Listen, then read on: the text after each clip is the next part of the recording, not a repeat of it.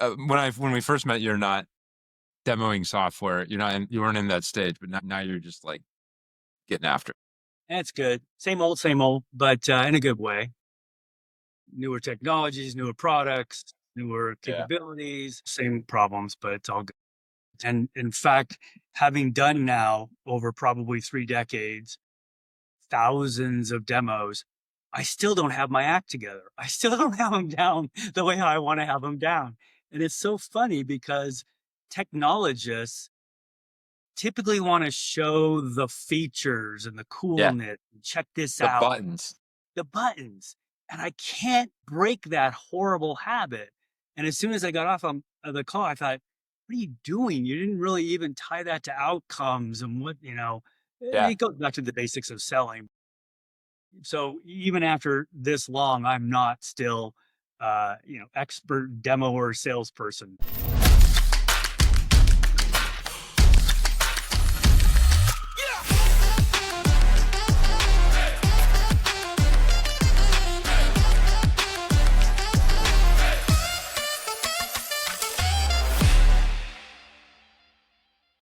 Well, Sean, I appreciate you coming on the podcast. Listenership is a lot of different types across the industry that you've been a part of for much longer than me. But we have investors, we have people building technology companies in the space like yourself and me. We have patrol that listens, is interested in what the latest tech is, what's going on. And so when I was like thinking about who would be a great guest, obviously, longtime advisor to me and to Multitude, but also like somebody who built Bair Analytics from the ground up, like literally from the ground up. And I don't think with venture capital, right? So Bootstrapped.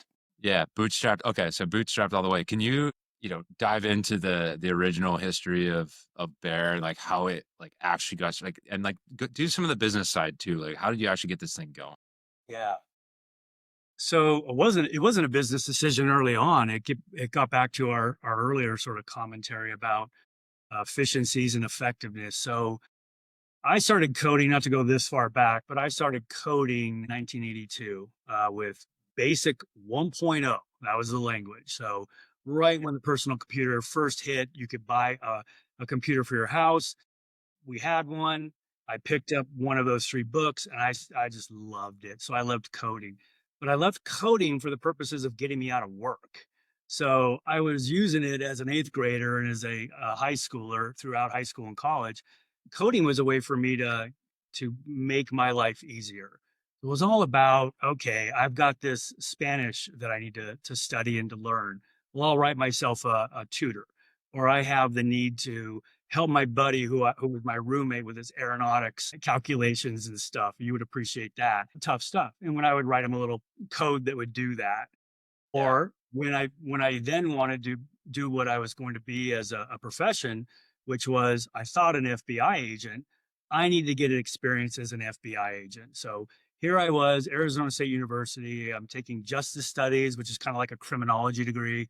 And I went to an internship fair and met with the FBI, and they said, "Kid, I don't know where you think you're going to go with a justice studies degree, but it's not the FBI."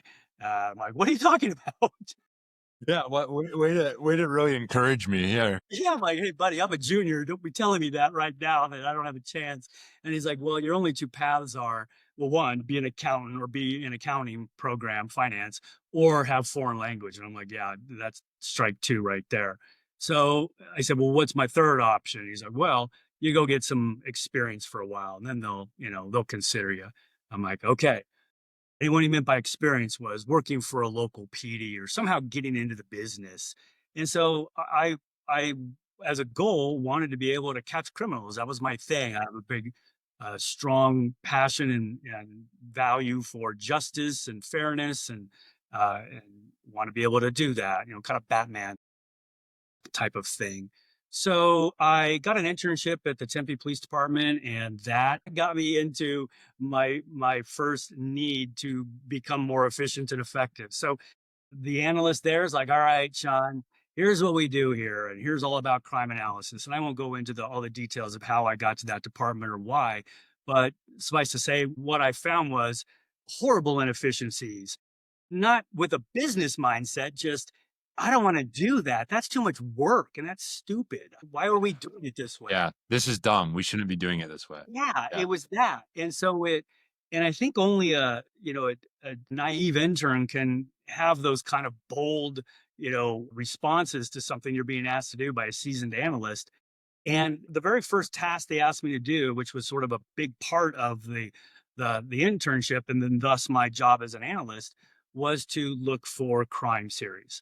So look through these thousands and thousands, hundreds of thousands of crimes and calls and data we have, and I want you, Sean, to read all of them and tell us which ones are related. And I'm like, buddy, with my memory, we're not going anywhere with this. Oh, And I yeah, thought, get out your highlighter and go for it. no joke. There was, Yeah. yeah, that was part of it. You had a printed sheet that you would handwrite modus operandi, and suspect characteristics and stuff. And I thought, this is ridiculous. And now, mind you, this is still early 90s, like 90, 91. Yes. So it wasn't like proliferation of spreadsheets or anything. I mean, we were still rocking Lotus 1, 2, 3 Yeah. and others Yeah, no, back. Microsoft Office is not a thing. Yeah, Yeah. not even remotely a thing at that point. Matter of fact, I don't even know that we had Windows 3.1 back then. But anyway, I didn't know you were this old, Sean. I'm 55. It's seasoned with wisdom. That's what it Yeah, is, sorry, experience. I didn't know you had experience. precisely. So I, of course, like I wanted to do, I wanted to get out of work. And I'm like, well, I'll code my way out of this because we'll let somebody else go and read thousands of police reports. That's ridiculous. So I found a way to code it to obviously tabularize the data. And then most importantly, begin to sift through the data to prioritize the computer thought based on my quote unquote expert training, what it thought were the ones I should look deeper into. And that allowed us to start getting better at it and be more efficient. And I wanted to be a better crime fighter. So each night I would go home and with the sort of the knowledge of the day, I would, and the requests of the other analysts and interns in the department, I would go home and I would code to the wee hours of the morning, trying to build a better mousetrap. And I would bring it back in, and of course I'd bring it on floppy disk. That's to The really model. the 3.5 floppy disk. I would load the exe file, and we would just get better and better and better to the point where other departments started seeing that, wait a minute, how are you guys asking us now with such frequency if I've got these kind of crimes? Because the whole big thing in police work is, and not a lot of people know this, but departments usually will have disparate or different systems than their neighbors. You could have, or I was, Tempe could have one system, the ABC system, and then Scottsdale and Mesa and Phoenix and Chandler and Gilbert and all of those that touched us and surrounded us, as well as Arizona State University in the middle of us, might be on a completely different system and in fact call things different. So there was this thing that you had to do. It's kind of like go fish, where you would find a series. I got these robberies happening and same suspect description and so on and so forth. So you would get on the phone. Again, it predates email a little bit, but get on the phone and you'd be like, "Hey, I got a this with a that with a pipe in the conservatory. You got anything like it?" Candlestick in the billiards room. Yeah. Right. And they'd be like, yes, we do. We've got two of those. Or now go fish. And so they would begin to say, like, well, where are all these coming from? And they'd be like, well, Bear wrote this system that we're using. Well, can I have it? That was the impetus of the company. Can I have it? And that's when I thought, no, you can't have it. You can pay for it because I'm doing this on my own time. Yeah. So I began to sell it. And what I found was it wasn't a business for quite a while, to be honest with you. It was a way to have fun money and to kind of get, going and buy toys and to be a better crime fighter and somebody that was making an impact not only in my own department, but in neighboring departments and beyond. So, and it was kind of cool too, because we had still the internship program. And as these interns would graduate and move on and get jobs at police agencies all over the country, they'd be like, call me up and they would say, hey, I'm over here now. I would love to be able to use attack. That's what it was called, attack, automated tactical analysis of crime. And so they would then buy it. And all of a sudden I found myself with a business, but yet I was still wanting to be a crime analyst and eventually a police officer as I became to learn more and to be even, better equipped to be a crime fighter. And so I enlisted my wife to say, look, can you help me out? During the day, we got to be able to provide support. Or can you can you print these labels on software and You drive issue a them? bill. Yeah, right. And burn it to the CD in the better days. And her and I worked together to grow Bair Analytics. And to that point, no, we didn't take funding because I had no business sense. I was an analyst. Yeah. I was a crime fighter. You had a little business sense though. You thought to your like not everybody would have said, "Yeah, you can pay me for it." Like Yeah. you had the intuition. I'll maybe grant you that, but I didn't have it where I had this understanding of as you start a business, I mean, you learn as you go. What should I be? Should I be a C corp? Should I be an LLC? Should I hire people? Do I pay myself a salary? How much should I even charge for the product? Right? Yeah. I mean, That's a surely hard what is the question. pricing? It's very hard to do pricing, and I got lucky. I pulled it out of the air, but it stuck. And it was a good price early on, and it sort of Do you carried remember what it was? What your first twenty five price hundred was? dollars. Yeah. For agency wide. Yeah, agency wide at that point, the $2,500, although I knew that only a few analysts would use it, but that original price was, the software.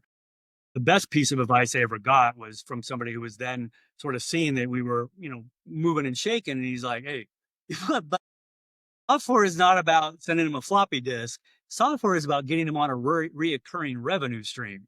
Like, what are you talking about? He's like, you need to charge for support or the software over time.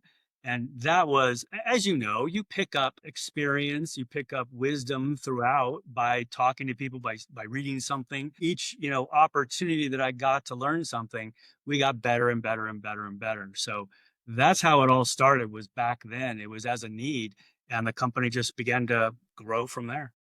What was like the big like do you remember any like major inflection points? So like you figure out how to charge for it. Like the first time a guy calls you up and says, "Hey, Bear, like that tool you're using, I want to bring it to my agency. Can I buy it?" Okay, that's obviously a major one, but like were there others that really helped you take it to like the next successive level? Yeah, I think that and it's different in every single company, Yeah. but for specifically what we were doing, when I was able to sell out of state, that was kind of a big deal. Yeah. Because at that point, it wasn't just this cute Arizona tool that all the analysts in Arizona were using. It was now Vegas is using it. And now an analyst in California is using it. And wait, you got somebody in Kansas.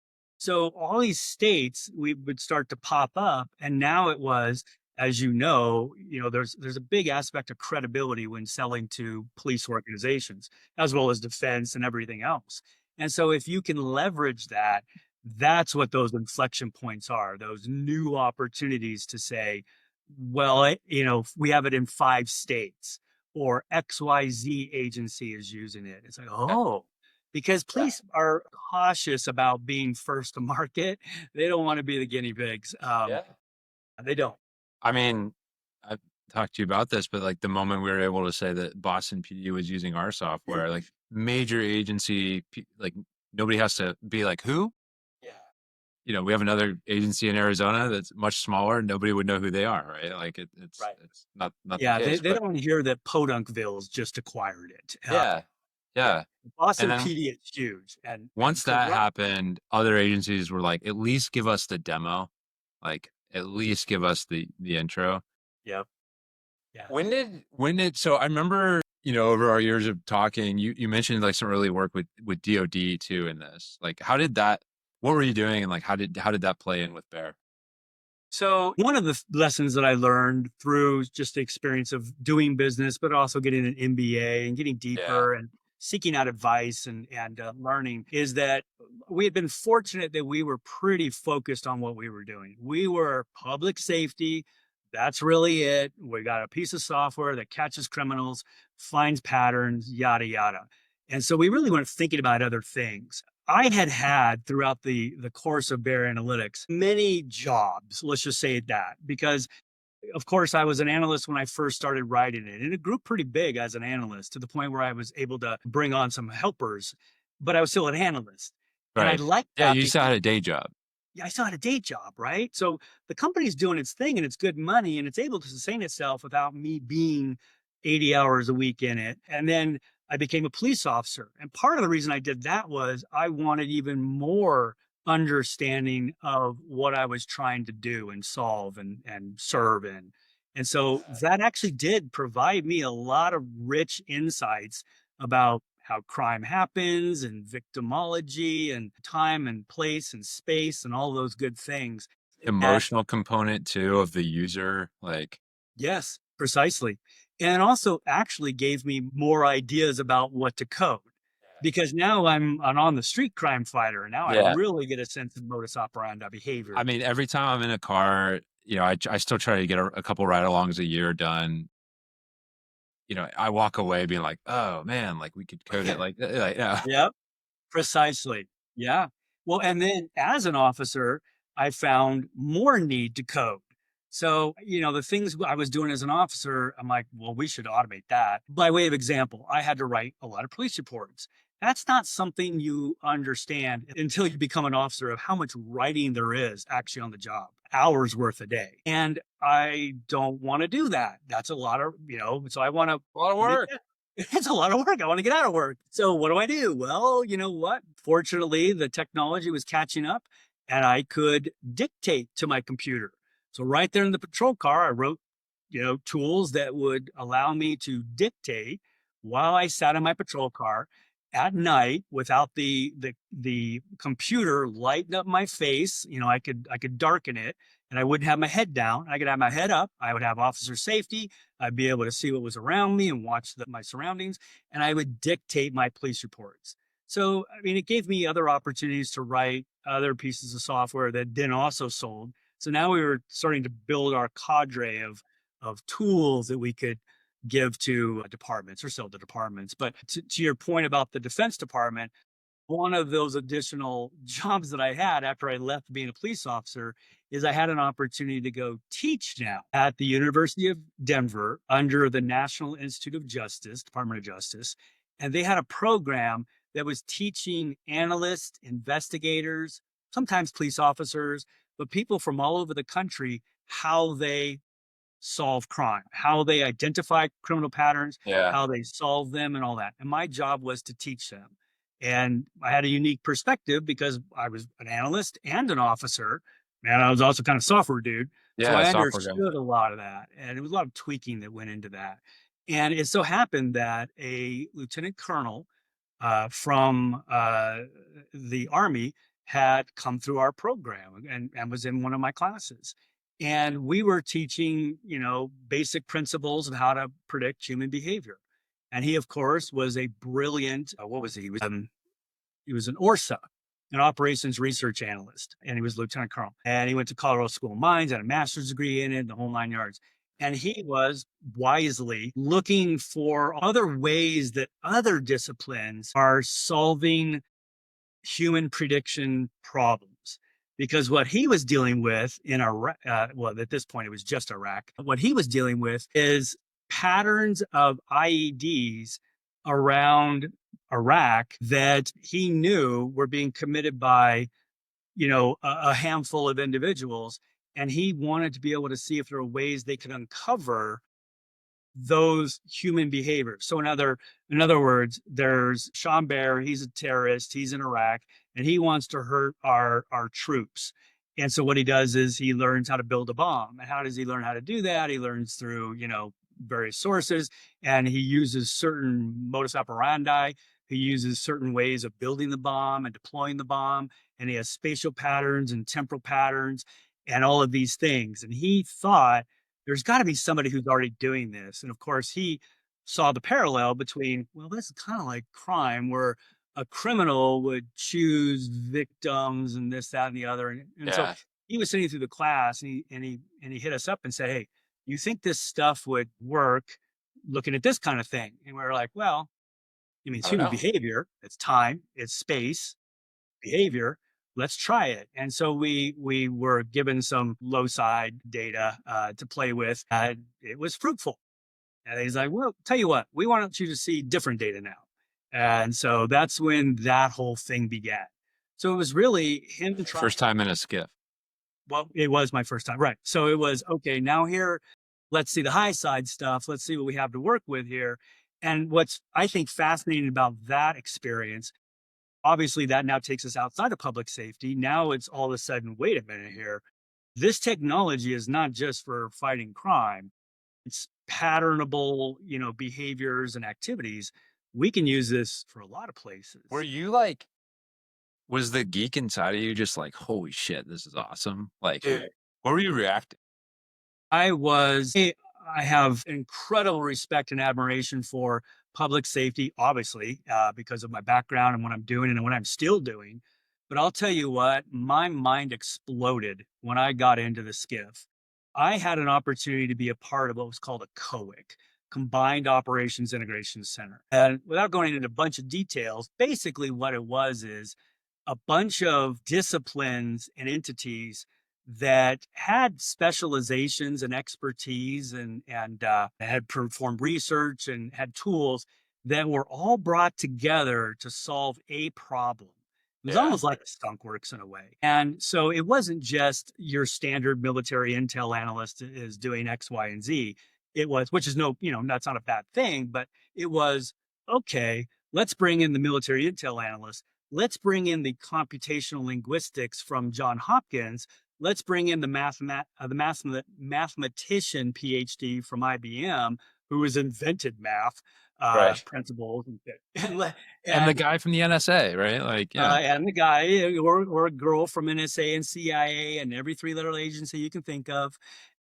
And oh, there are these little crime analyst people through Bair Analytics that are going to help us too, because they have a way of finding patterns. So we all got together. We were all in the skiff. We all put on our tinfoil hats, and we all had, unbelievable kung fu tools available to us. And I every night that I was done with the skiff, because I actually had a pretty heavy workload early on. I mean, I was Yeah. a week or 2 weeks a month going back there, flying from Colorado to DC area to do Yeah. what I needed to do. What was neat is that every night that I left there, I had the worst headache of my life. And it's because I was thinking so hard when I was in there and being challenged on all my thoughts and ways of doing things. And I would run back to the hotel room and I would feverishly code what I knew they needed. And then I would, thankfully, because they bought our software, I was able to bring it back in. And so our software became a software that could sit on the high side. Yeah, it had to be changed quite a bit, but we were able to get it in there. And Yeah. it was and still being used to do that kind of stuff. Was this like, did you guys bump up against Palantir at that time? Oh, yes, we did. Like Yes, we you did. must have, right? Because this is like exactly, in fact, they talk about IED location as like the source of Palantir's I know. like beginning. I'm listening, I should Yeah. say reading. I'm listening to Alex Karp's new book right now, The Technologic Republic. And like when he talks about building Palantir, he's talking about this problem. Yeah. They were a direct competitor to ours. And they have different roots than we do, obviously. They came from the defense world and federal funding and all that. And good software. I got to use it. That was one of those cool kung fu tools I got to play with. I used it in my time too. Yep. It's good. I think it's different enough from attack, but we both have the same purpose, which is to eradicate the strategic influence of IEDs on our troops in Iraq and Afghanistan. So we're both trying to advance the ball down the same on the same side down the field. But You came into competition like from a sales perspective too? well, not so much from a sales perspective, from a accomplishment perspective, because you don't really, as you know, in those spaces, you don't run around touting your success. Look what we just did. You would never do that. We were thankfully counseled early not to do that. Can't say that about other people. And so what we found is like, wait a minute, no, you didn't do that. What are you talking about? And so everybody knew, and some things that were being broadcast external for look at our success, look what we're doing. Everybody inside knew, no, those were the bear people who did that. So Yeah. yeah, there's a little bit of bad blood in the sense that I respect them as a company and I admire them and frankly envy them a little bit in terms of how big they were able to grow it. Yeah. I Uh, mean, look at them yeah, go now. yeah, it's nuts. But there's some yeah, You wish there's you'd a bought the stock is what. I wish I would have done that. Yes. Or yeah, that would have been wonderful. Yeah. Yeah. Yeah. I don't think I remember. I was lining it up and having just listened to the book. I didn't realize like how tightly you guys must have been Yeah. in the same skiffs, probably, I guess. Yep. And thankfully, I will say one thing about that because, when you're predicting things, when you're predicting a human's behavior and it works, people, as you can imagine, are like, wait a minute, how did you guys actually get that close in time and space based on just their past 8 events? Come on. So there were some skeptics, and what they did was, thankfully, an independent review. So we had, I can't remember all three. I know for a fact it was IBM. Pretty sure it was MITRE. And I thought it was one more. So there was three individuals from those companies that independently evaluated whether or not the accuracy was worthwhile and accurate. And it was.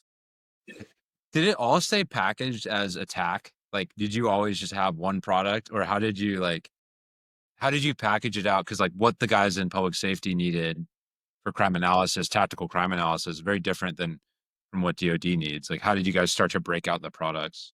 It was really more within the product itself that was different from a deployment perspective. So, as you know, to get anything approved for the high side, it can't be sending, pings back to the mothership, letting you know how many people have checked in today or are using it, or how many times they're using this module. Yeah. All of that got stripped out immediately. We had to do a few things to accommodate their environment. There's nothing clandestine about this, but as you know, on the monitor itself, there are colored bars that are across. Well, those aren't on normal monitors, so sometimes we would put things that would go up there that they couldn't see because the bar was covering it, Adjust the UI. Yeah. right?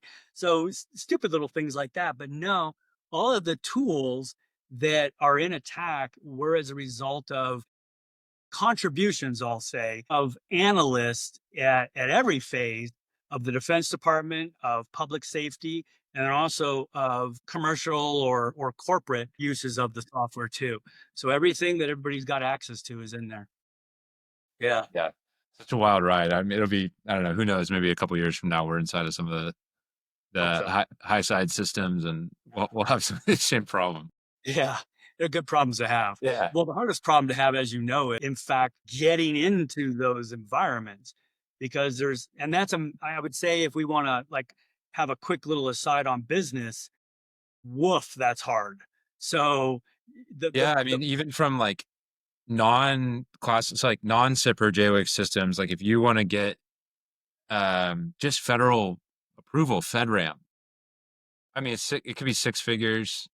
yeah, It can be 9 months yeah, to do it. And this is actually a major like thing I'm kind of like beating the drum on right now. It is so difficult to get the United States government to purchase software. There's a lot of good efforts, people trying to kind of do some procurement reform. There's a lot of good things happening, especially on DoD side. But like DOJ, as far as I can tell, hasn't adopted a lot of the software, like speed to software reforms that have been driven by places like the Defense Innovation Unit and things like that. Like we don't have an equivalent, like center of excellence for like who's doing procurement excellence so that we can buy freaking software. yeah, GSA, right?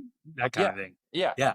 Are they really leading the charge on that? So, I mean, that was a big business hurdle that we had to overcome is because the funniest thing about doing business with the government, the federal government, particularly defense, is you can't do business with the federal government defense if you haven't done business with the federal government defense. You're That's like, true wait too. a minute, this can only be federal logic. And basically, what you have to do is, as we did, we were subcontractors to the big dogs. All right. The Defense Department wants our coolness, they can't get it directly from us, so they can get it through an existing prime contract. Lockheed Martin, will you bring the Bair people in and help us out with this? Of Yeah. course we Take will. Of take course. your points on the deal. Right, exactly right. So that's what we did. It was BAE, wonderful company. They treated us so well. ITT, L3, all three of those we got experience over years having to be a subcontractor until that one day where they said, you know what, Bear, you guys no longer need to do this. We're going to call it a sole source because you're the only game in town that provides this. Those were good days. Those were very good days when that happens. So we got that. We got a prime contract. We're on the GSA schedule. It's like give me 10 tanks and 1,000 toilets and give me 4 attack workstations and that kind of thing. So it was wonderful. No, not hardware. It was software, but we also had because there's two on the GSA. They call it the schedule. On the GSA schedule, you can be on 70, which is software, and then 84, which is service. So 84. So we did software for the first stint, but then we began to also provide pattern analysts, people, individuals, intelligence analysts, basically, that would not only use our tools, but use Palantir and ArcGIS and you name it, tools that are not available to the public. They would do those inside these secured environments as analysts. So we did So you both. start supplying contractors to Yep. the And interestingly enough, that gave me the idea of then starting to provide them to public safety. So I was like, wait a minute, this is a wonderful model that, if a department can't quite afford a crime analyst or they understand the overhead or the training needs, they could hire a Bair analyst. And so we had as a product line an analyst and we had analysts all over the country. that like how big were you able to grow that like services side of things, like in terms I of think like at our, maybe our height, we might have had 20 analysts, I think. yeah, I can't remember to be honest with you, yeah. but it was pretty good. I mean, there were multiple states and multiple departments that would hire an analyst from us, and of course, we would equip them with tools and training and have the overhead and all of that. And because we were a business, we could provide them an analyst. That analyst would benefit because they'd actually get a higher wage and have comparable benefits. But the department benefited because they didn't have that immense overhead that they would have having an employee. I realized that you had expanded the contractor Yeah, thing to did that form a significant part of your revenue, like pre-acquisition, or was it pretty good. But I mean, as you know, and this is just sort of standard across business, software is a pretty good profit margin. We like that. yeah. Yeah, I mean, you're talking like 80% margin, so Exactly. So yeah, the metrics in software is if you should be 70%, that's where, if you're not 70% profit margins, you probably should take a look under the hood and see what's going on. yeah, you're doing something wrong. You're probably not charging enough or you don't have your operations down. Whereas in service, if you're 20 to 30%, you're okay, you're where you need to be. So there's where it was. The trick though is by having the analyst, it ensured the success of the software. So they both worked together so it was a symbiotic relationship. What point, Sean, did you start to like think of yourself as a business guy? Like, because at this point, like, you've matured into, I mean, you're an executive at this point, with whether or not you think about yourself that way. That's what you were. When did you ever, have you ever taken on that persona? Yeah, as the company continued to grow, you don't have a choice but to find yourself as an executive because now it's you're hiring people and you have those responsibilities and you're thinking about things like HR matters and health insurance matters and you're thinking about tax related issues and How to reasons. structure the team long term, like, Whole thing. yeah. Yeah. And it's a big weight because, well, at least I would have the weight. I would gladly take it on, but you're worried about how can I make sure this employee is going to have their job next year? And you know how the Defense Department goes. It's a yearly thing and it could switch on a dime. So I was always very I wouldn't say it was then, it was pre DOD, but definitely at the DOD, I started thinking more rainy day or the fact that okay, what if this contract went away this next year?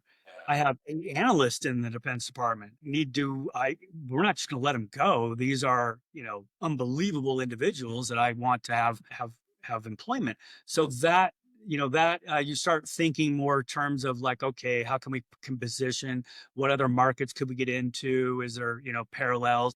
Really, what happens is I found myself lesser coding and talking to the customer to get coding ideas and now having to spend a lot more time on that administrative stuff. And then the shift starts to happen where it's okay, I'm no longer founder, entrepreneur, sort of a vision guy who's coming up with this stuff. Now I'm, now I'm doing the taxes this month. And so what I began to see is, okay, two really two parallel tracks. One, what's the value of the company and what's my exit strategy? And then two, what do I do? Do I hire a CEO to replace me so I can get back to that kind of stuff? Or do I just, like I said in step one there, or option one, do I sell to somebody who could go further? And yeah, that was a big change. Yeah.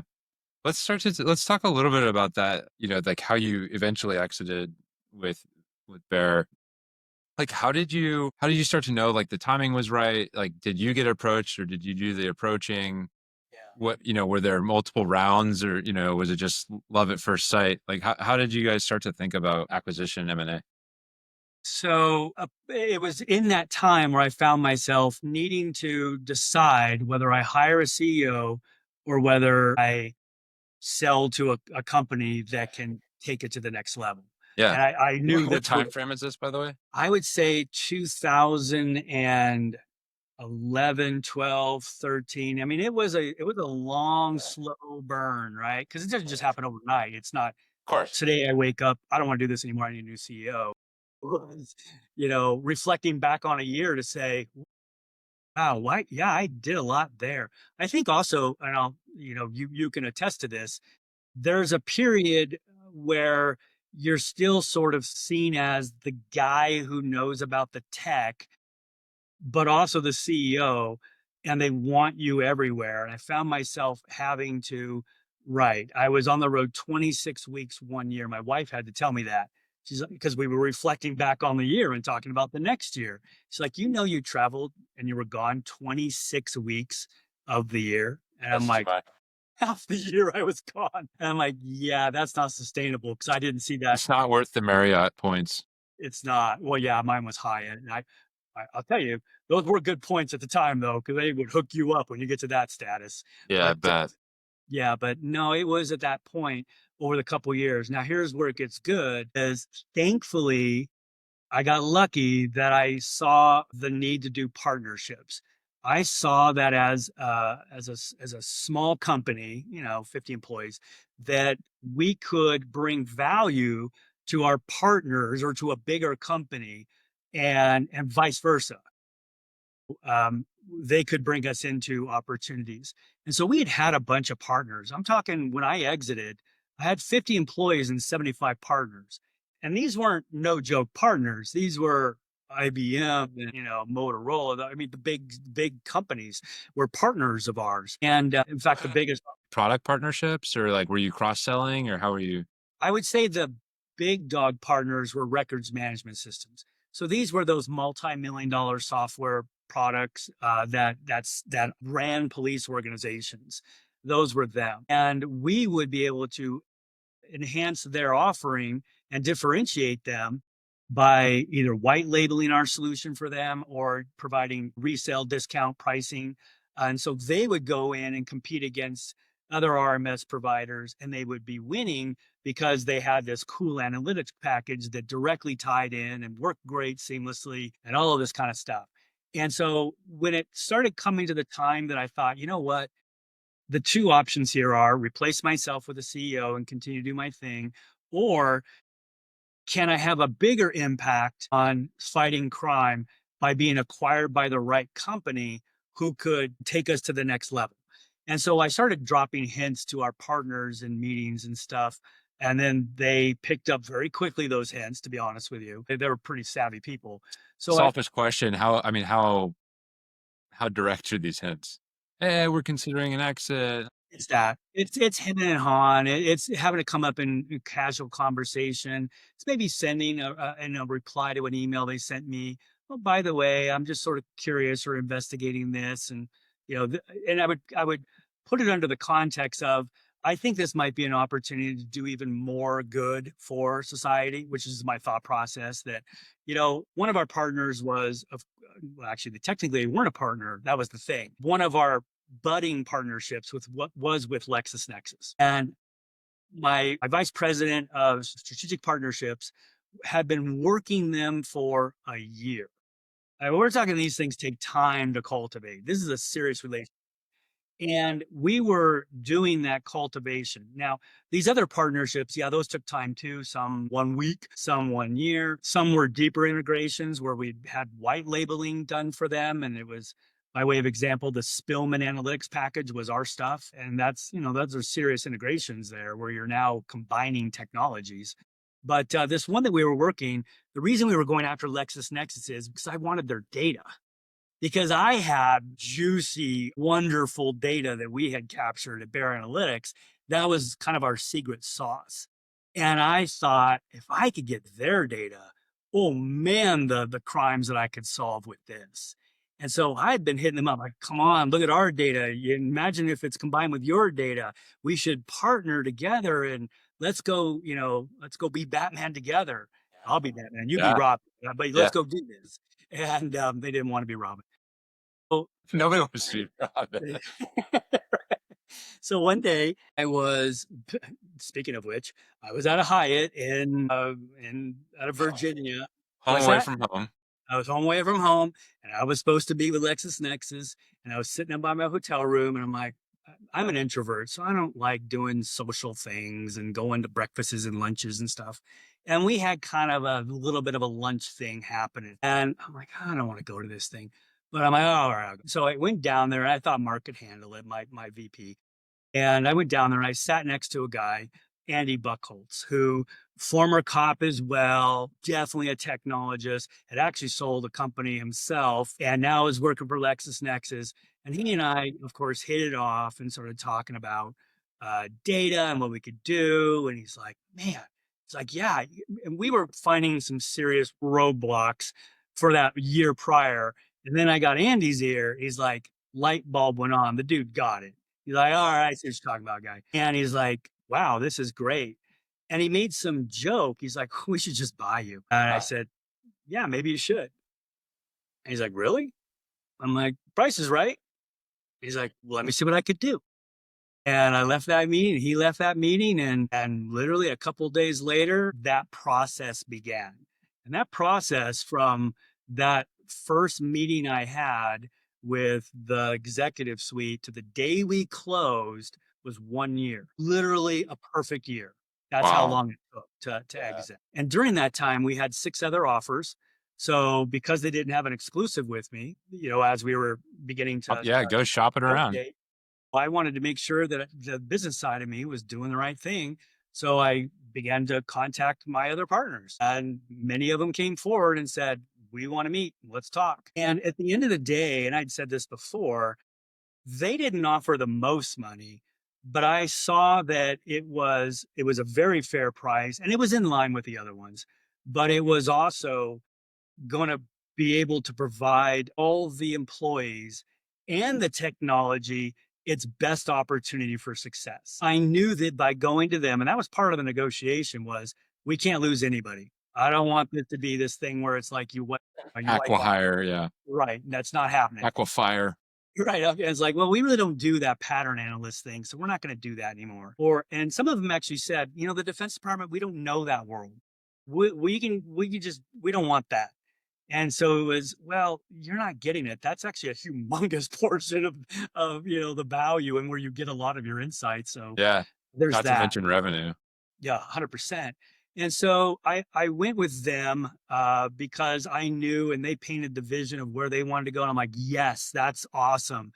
And the employees were going to be well compensated and have paths that would, take them bigger than where I could ever give them. And there you go. That's sort of the decision there.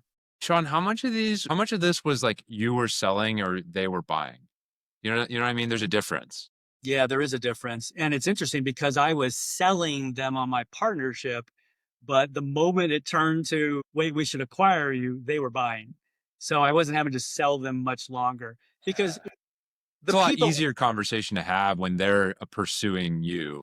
Yes. Well, and it's also, they start seeing, I don't know, it's just a little bit different. The synergies they start to see. And I'll be frank, the people that I was dealing with or that Mark was dealing with up to that point, we're not seeing the big picture, like the real opportunity here. And because it was a data play, when a lot of, and I think that if we go back a couple years, that's where I really had my aha moment because you'd ask like specific pivot points or time where I thought, Inflection. yeah, inflection point was where I realized that our actual value wasn't the really cool killer analytics we were capable of doing. I realized it was in the fact that we had been able to amalgamate and create this entity that had disparate data from all over the United States, from all these agencies in one common platform and in one common lingua franca. So it was like, wait a minute, I can actually now see LA's data and I'm Arizona or Tempe, and it's in my same language. I can now look for cross state patterns, interstate patterns, and national patterns. And that's what was the secret sauce was all of the juicy data that we were capturing. And then you pass on top of that or add on top of that the analytics. Yeah. So once I knew that value, I think that allowed me to negotiate a little better because, anybody can have their analytics just Yeah. And, to be fair too, the people buying you guys, LexisNexis is a data company. They're not a, yeah, it's a data company. Yeah. A lot of people don't know what they do and they do everything.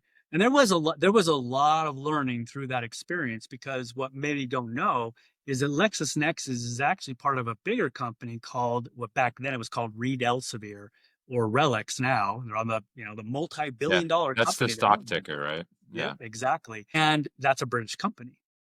So here we are. We got really cool software that's sitting on the high side, doing some cool things. And now this British company is going to buy this little American company. People Oof. start to poke around. And the people that do that are, and it sounds like a virus, and it's almost is, but it's CFIUS. So you have to go through this Yeah. process. Yeah. Foreign So investments. there you go. So the federal government has to give its blessing on the marriage between that American company to know that is this going to be okay? Now, of course, the UK NATO partner, they're Partner. yeah, it's okay. But that was a 3-month process in itself where there was zero communication from the government. LexisNexis wanted to buy us. We wanted to be bought by them. We both put in at this point 9 months worth of blood, sweat, and tears into getting this happening. And here we are, both hoping that the federal government will give us their blessing. And it came back with a simple letter. You're good to go. Go ahead. You can sell the stock. Did you guys like transact like 30 It was days like later? days next. Yeah, it was literally days after. Wow. It's crazy. It was all that. Definition of red tape. It was red tape. Yeah. And it was a scary time too, because if you think about it, had it come back, nah, we're not feeling this. Yeah, you're done. Literally tens of thousands, 6 figures spent by both companies to do this, a year worth of effort, dozens and dozens of people, hours a day. Not, you can't do it. Yeah. Hey, total aside, I just learned the origin of the phrase red tape. Do you know what it's actually from? Don't. Like you can imagine what it's from because you know the context and how it's used, but do you know what red tape's actually from? No, because you find it in academia and everywhere else. What is it? In the kind of like FDR era government, packages of government paperwork were tied up with this red cellophane tape. And that was like packages of like legal documentation. And that was how they would move around the Capitol too, is like bundles of red tape. And so it became the phrase of, like, oh, government getting in the way is red tape. And then I think it kind of metastasized into general bureaucratic slowness. Yeah, precisely.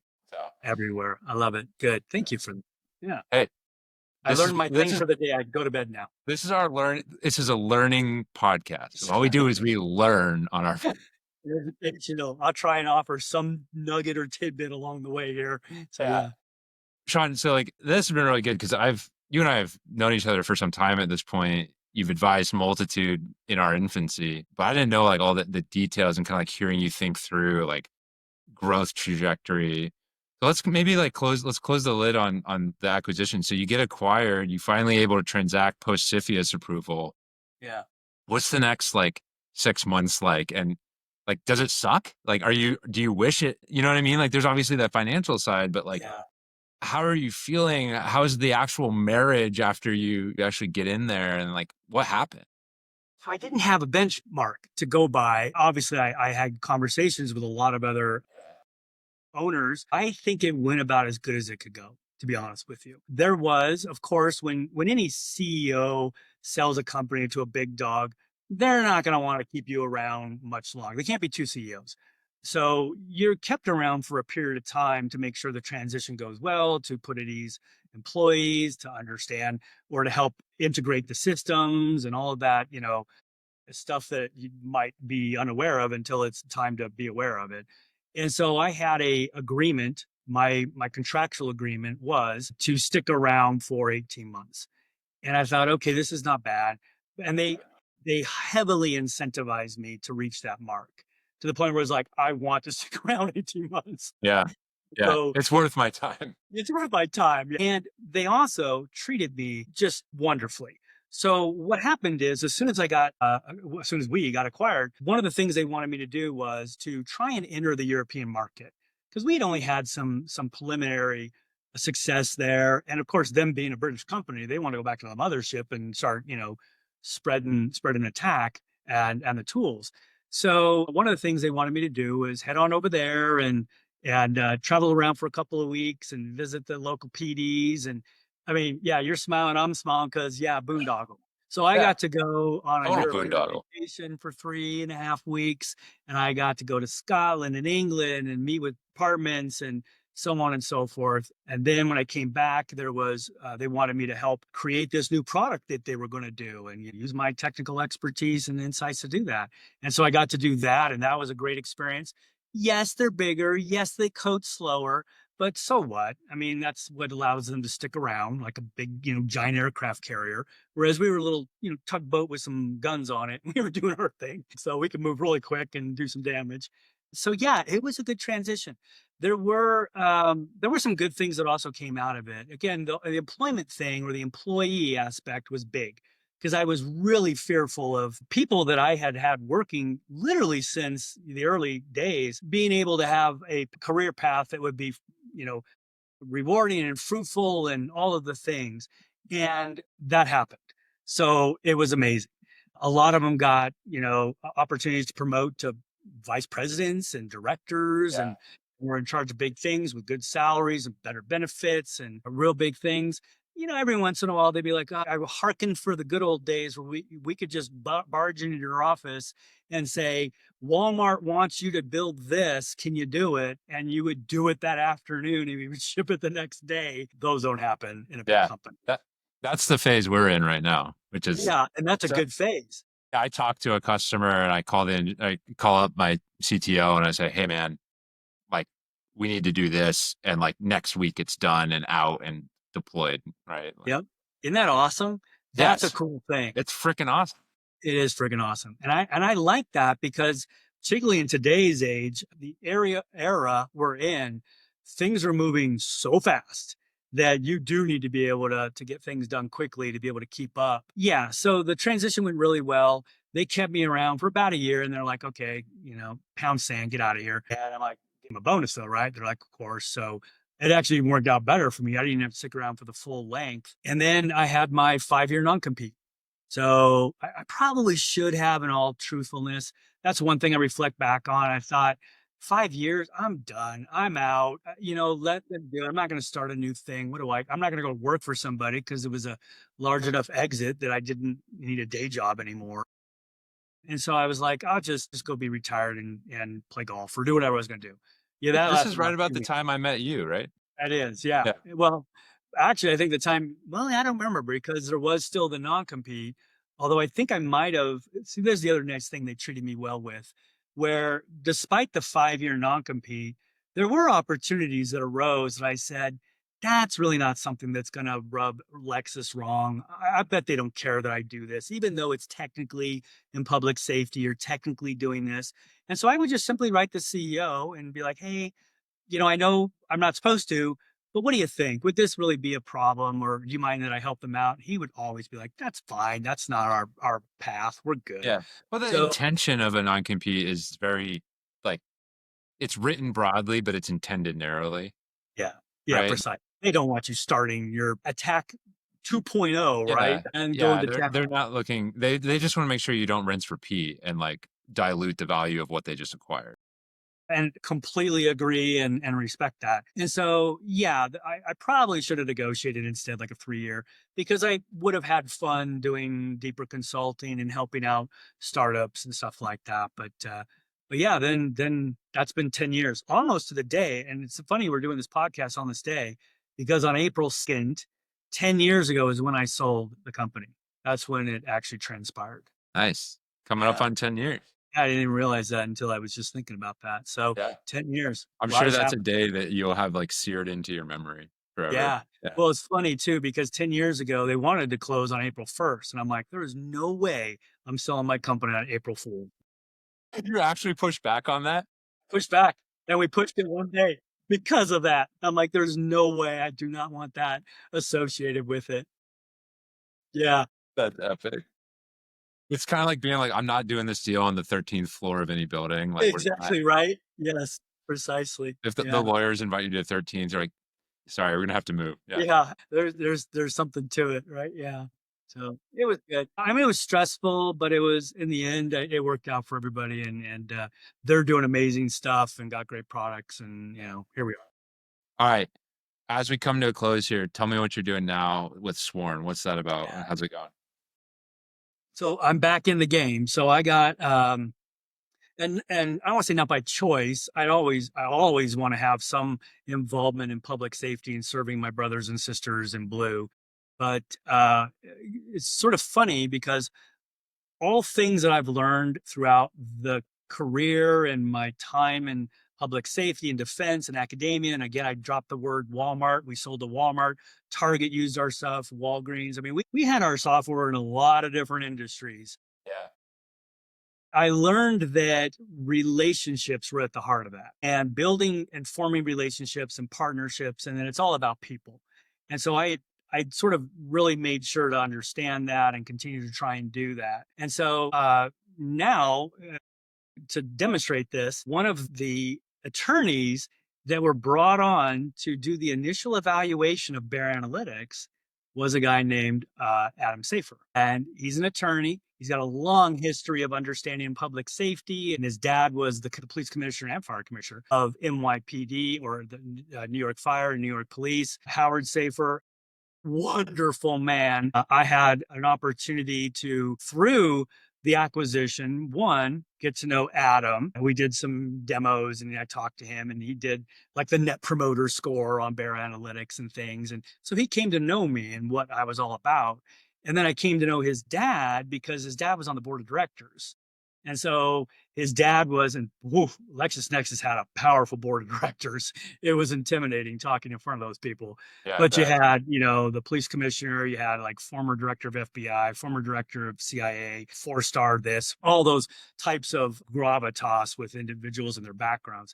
And what was fun is I got to know Howard because when I went to the UK, they wanted to make that okay, well, let's also send over some of our big dogs. Send Yeah, some send Sean muscle. over there. But I mean, come on, let's give them somebody who's going to make a difference here. So they brought most of the board. And so I got to have meetings set up that I could never make.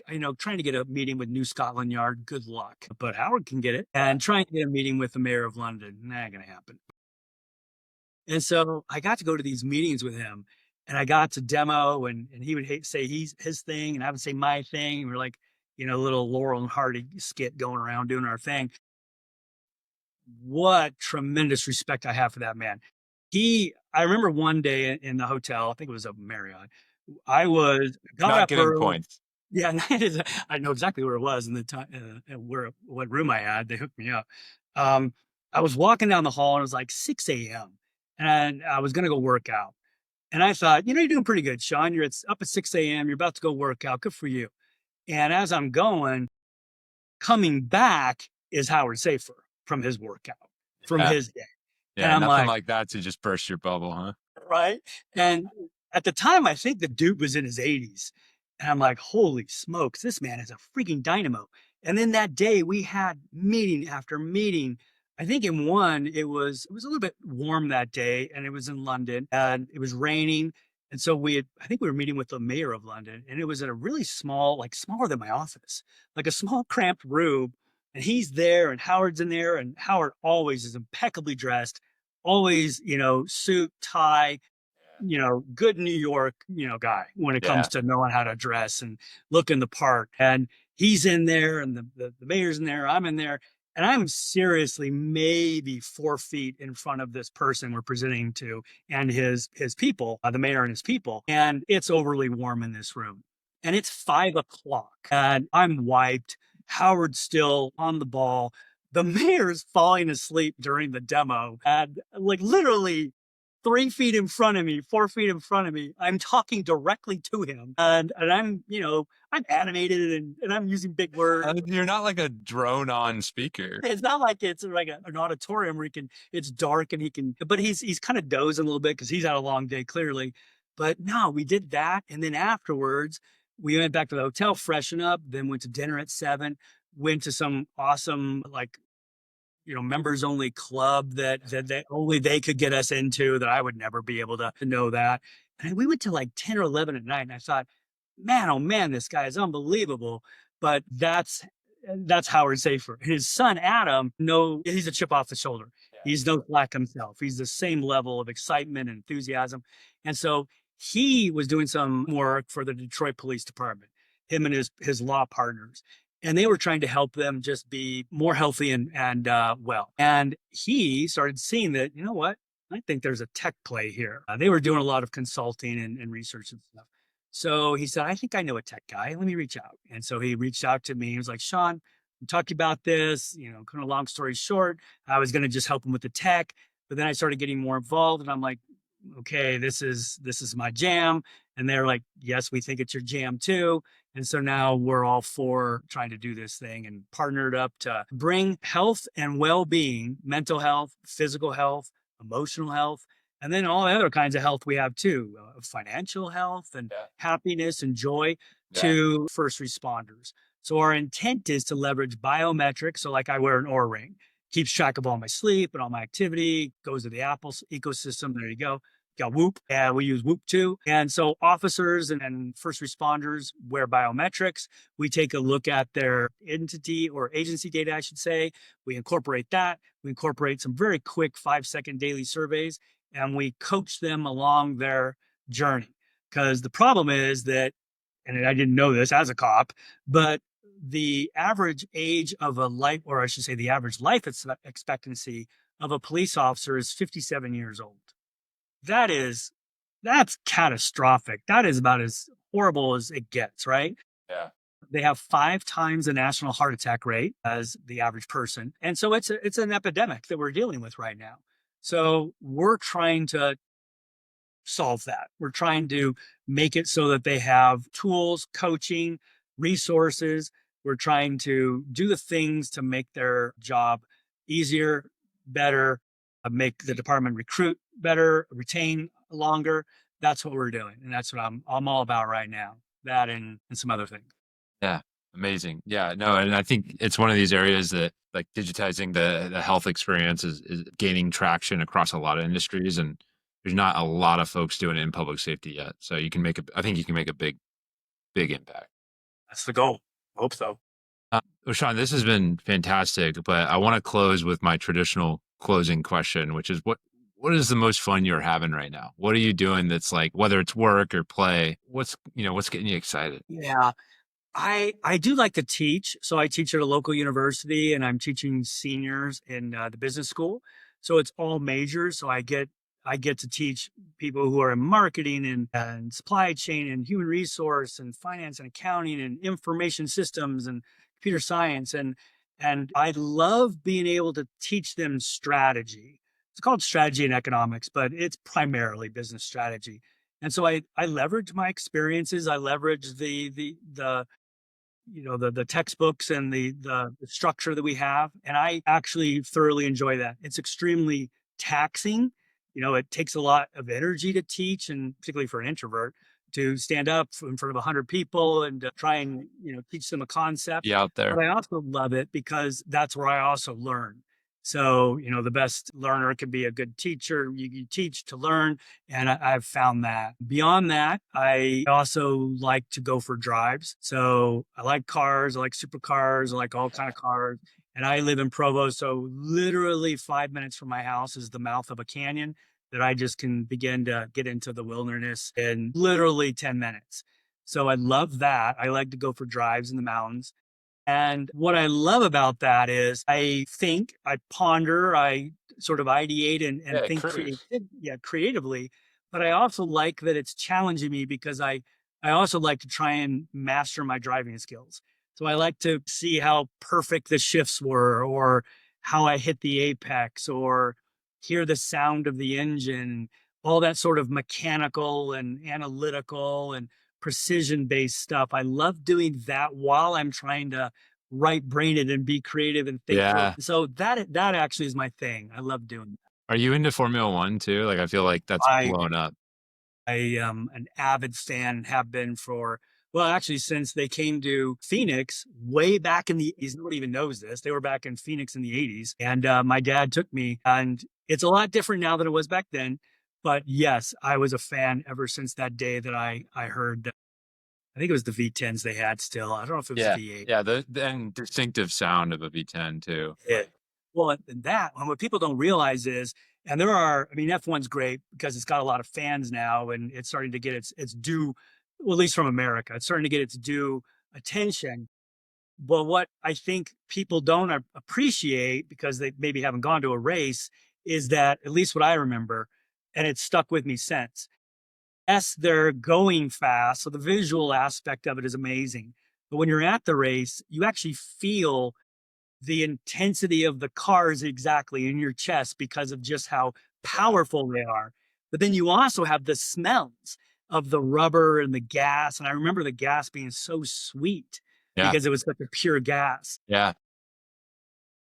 It's like a full, like, senses immersion that Well, just is wonderful. it's that, but then it's also a party going on the whole time too. So Yeah. like nowadays with how commercialized it's become, which I would not decry, by the way. It's like I think it's the most like entertaining venue to go to.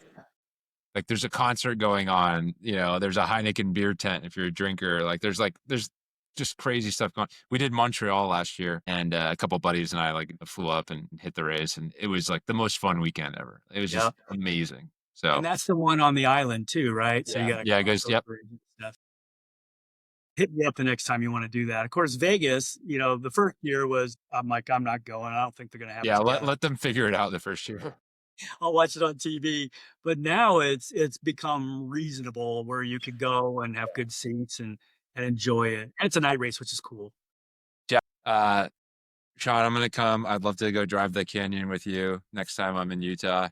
Be a blast. As somebody who professionally went fast for about a decade, like I would like to go do that with you. It's ironic. Never gone that fast.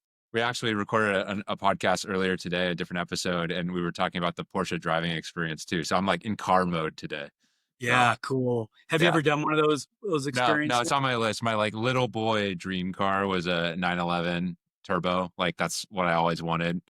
I'm not sure. I think it's changed a little bit now. Like now I'm like I've always got I love an Aston Martin someday. Very nice. Oh, Yeah, sophisticated. Are yeah, you? Yeah, yeah, nice. yeah. See, like yeah, I'm mature now, Sean. I'm Right, mature. right. They have a good sound to them. The V10 one, or which one? Yeah, I've always been a fan of the Vanquish. Like Yeah, I just yeah. thought it was Beautiful. just a beautiful vehicle, and like yeah, it's a Grand Tourer, right? It's not like it's not a GT3 RS. It's designed to like take me and my wife on like an awesome drive. Yep. Like that's what I want to do. And I don't think, yeah. So my poster car was the Lamborghini, of course, back in the day. That was what I wanted. And so when I had the sale, the company, well, got some, Yeah, first thing you go do. I got a few dollars in the bank. Let's go get my dream car that I had. And I got an opportunity. My wife got me a track day, well, not track day, but some laps around a track in a Lamborghini. And I drove the Aventador because that's the one I thought I was going to Yeah, buy. I'm yeah, like, well, let's go, let's yeah. really test drive this thing. And I drove it, and the thing just was unbelievable. I mean, just an awesome machine. I don't know that I would want to be driving it around town. And it was, it started to get that sort of thing about it. It was like, I I don't mean, know. it's a badass V12, but like, can you Yeah. go to Target? I don't No, know. no, you're not going to fit in the space, number one, and you're not That's going to see out the why. back. Yeah, it's very wide, and the rear visibility is horrible in those cars, and it's not very comfortable. And now I was in a racing seat, but I Or mean, car just seats the or something. suspension's not good, Yeah. and so I was like, okay, well, whatever. But then I won't say what I got, but I went off and got something else. So I'm happy with. Yeah. Yeah. You got to go. Yeah. Hopefully you stayed Italian, I'm guessing. I But was yeah. in the Italian realm, yes, and all they had to do was tell me to get on it, and I heard that sound, and I'm like, sold. Yep. Yep. Yeah. Well, that's awesome, Sean. Well, okay. Before this totally turns into a car podcast, we'll Yeah, call it there. But yeah, sounds good. great seeing you, Sean. Thanks a lot. Yeah, likewise. Always. Talk to you soon. Take care. Bye.